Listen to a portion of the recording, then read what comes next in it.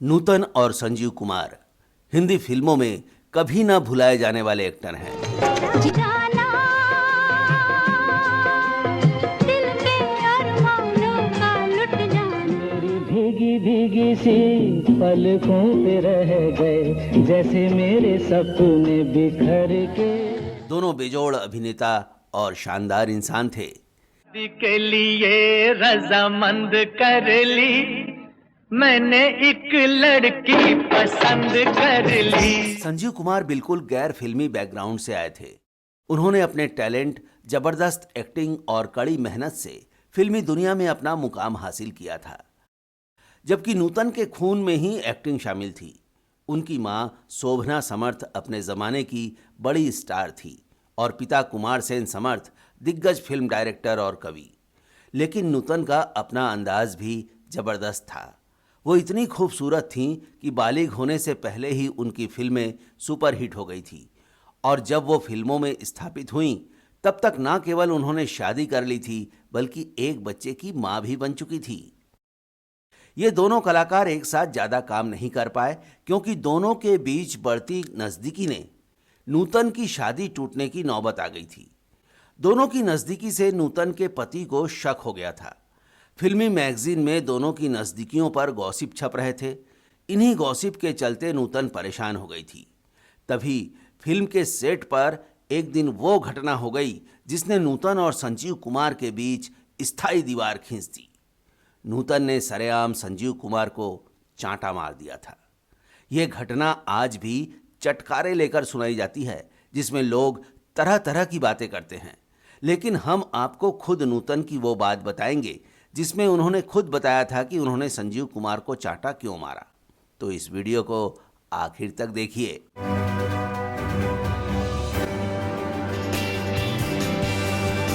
Glamour world का gossip से बहुत करीब रिश्ता है। पूरा ग्लैमर वर्ल्ड गॉसिप पर चलता है।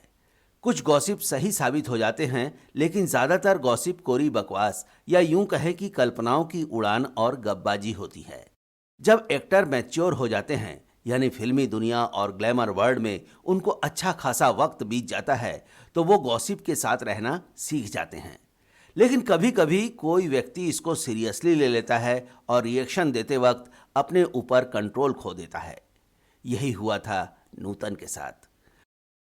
नूतन ने कई फिल्मों में अपनी एक्टिंग और खूबसूरती से दर्शकों का दिल जीता। आरती जी, यही है वो चित्रकार।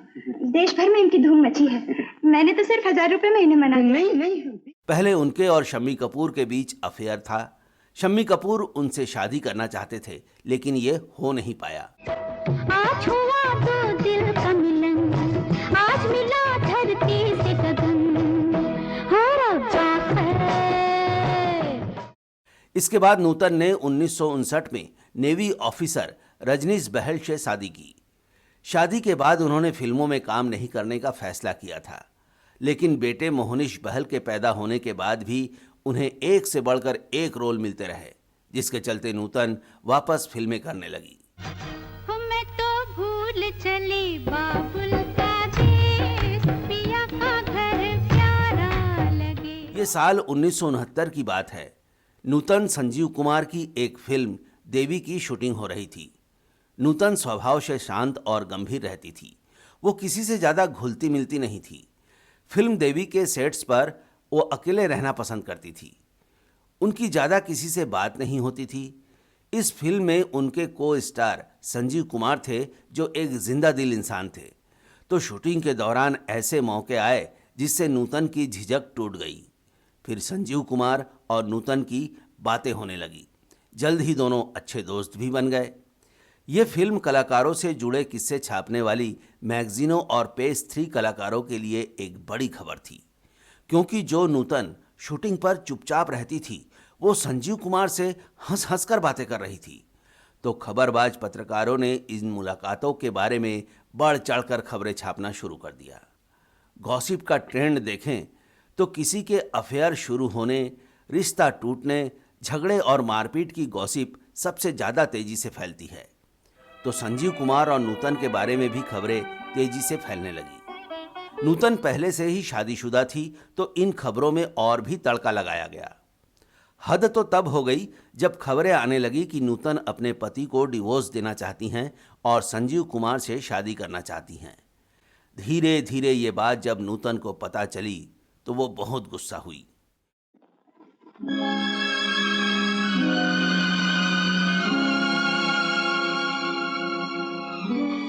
एक दिन शूटिंग खत्म होने के बाद नूतन ने सेट्स पर एक मैगजीन पढ़ी जिसमें उनके और संजीव कुमार के अफेयर को लेकर एक बड़ा आर्टिकल छपा था। नूतन के लिए ये आर्टिकल बहुत शॉकिंग था, लेकिन उन्हें तब गुस्सा और आया जब उन्हें ये पता चला कि ये खबरें खुद संजीव कुमार ही छपवा रहे हैं। संजीव कुमार ही पत्रकारों को अपने और नूतन के संबंधों के बारे में बढ़ चढ़ कर बता रहे हैं। तो नूतन खुद को रोक सेट पर जोर से थप्पड़ की आवाज आई। सेट पर मौजूद लोगों में से किसी को समझ नहीं आया कि किसने किसको थप्पड़ मारा। तब कैमरामैन ने आकर सबको बताया कि नूतन ने संजीव कुमार को कसकर चांटा मारा है। अब यह खबर भी तेजी से फैलने लगी और अखबारों की सुर्खियां बन गई। मैगजीनों के पन्ने इस खबर से भर गए। लोग अपने अपने ढंग से इस चांटे के पीछे का कारण बताने लगे। कुछ लोगों ने कहा कि नूतन ने अपने पति रजनीश बहल के दबाव में संजीव कुमार पर हाथ उठाया था। कहा गया कि रजनीश बहल नूतन और संजीव कुमार के अफेयर की अफवाहों से नाराज थे। दोनों के बीच इसे लेकर झगड़ा भी हुआ था और नौबत शादी टूटने तक आ गई थी। लेकिन नूतन लगातार इन खबरों को अफवाह बता रही थी। वो नहीं कोई जिया को कलेस, पिया का घर प्यारा लगे वो। तब रजनीश ने नूतन को अल्टीमेट किया कि अगर वो सही है तो फिल्म की शूटिंग पर ही संजीव कुमार को थप्पड़ मारे। इतना ही नहीं, नूतन ही सबको इसकी जानकारी भी दे ताकि दोनों के बीच अफेयर की अफवाहें खत्म हो जाए। मेरे मंदिर तुम ही मेरी पूजा, तुम ही देवता। अपने पति के अल्टीमेटम के मुताबिक फिल्म देवी के सेट पर नूतन ने पहले संजीव कुमार से इस गॉसिप के बारे में सवाल पूछा और संजीव कुमार को जमकर थप्पड़ लगा दिया। जैसे ही संजीव कुमार को थप्पड़ पड़ा वो चौंक गए। इसके बाद नूतन वहां से चली गई। लेकिन असलियत क्या थी ये खुद नूतन ने अपने मुंह से बताया।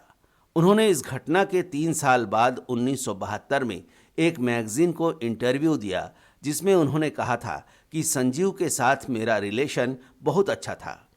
हमने साथ में फिल्म गोरी में काम किया था। हम बहुत स्ट्रेट फॉरवर्ड थे और प्रोफेशनल थे। पहली बार जब अफेयर जैसी खबरें पढ़ी तो हम उस पर हंसे थे, लेकिन धीरे धीरे ये बढ़ता गया। मैं ऐसी खबरों से डिस्टर्ब होने लगी थी। उन्होंने आगे बताया था, मुझे एक एसोसिएट से पता चला कि संजीव कुमार ने खुद ये सब किया है। मैं शॉक थी। मैंने एक लड़की पसंद कर ली।